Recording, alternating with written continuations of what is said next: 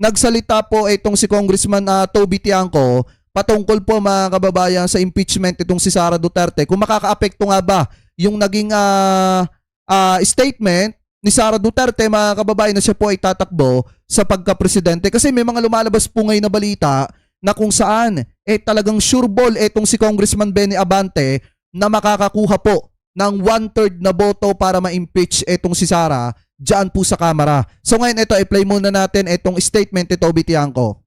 Tulad ng marami, hindi rin daw surprise si Congressman Toby Tiangco sa presidential bid ni VP Sara sa 2028.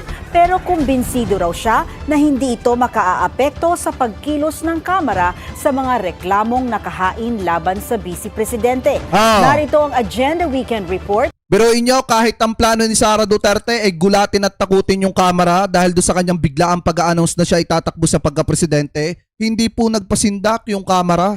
At tuloy pa rin mga kababayan yung impeachment ni Sara Duterte at posible pa nga na makakuha ng 1/3 na boto. Ni Mavic Trinidad ng Abante. Duda ang ilang mambabatas na maiimpluwensyahan ang ibang mga kongresista ng maagang deklarasyon ni VP Sara sa pagkandidato sa 2028 election. Ayon kay Navotas Representative Toby Tiangco, mabibisi pa ang mga kongresista para sa kanilang 2027 national budget. Sa panayam ng Kong Radio sa Abante, sinabi ni Tiangco na hindi pa anya ngayon makikita ang mga political alignment o kung saan papanig ang mga mambabatas kahit na ang iba raw ay takot na mabalikan ng Vice Presidente. Lahat ng congressman, ang inaabangan nila is yung 2027 budget. Opo. Diba? So ibig sabihin, pag kumalas ka na sa administrasyon before the 2027 budget, hindi, siyempre, mas madaling humingi ng budget para sa iyong distrito kung ikaw ay kakampi na administrasyon. Ayun. Kung ikaw ay hindi kakampi na administrasyon, ang realidad ay mahirap humingi ng budget. Dagdag pa Ikaw nga, hindi ka nga kumakampi sa administrasyon. Ikaw pa nga ang dahilan kaya natalo yung alyansa para sa bagong Pilipinas. Tapos puro batikos pa ang ginagawa mo sa administrasyon. Ang laki-laki nga ng budget ng lungsod mo.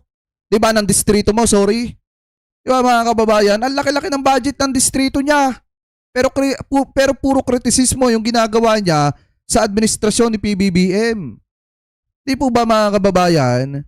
Kaya nga yung sinasabi ni Toby Tiangco dito medyo alanganin to. Pero anyway, tuloy pa natin. ni Tiangco, hindi na siya nagulat sa naging anunsyo ni VP Sara. Karamihan naman daw kasi ng mga naging vice-presidente ay sumabak at tumakbo bilang pangulo. Tama! Ang pagkakaiba lang nito, kasabay ng kanyang deklarasyon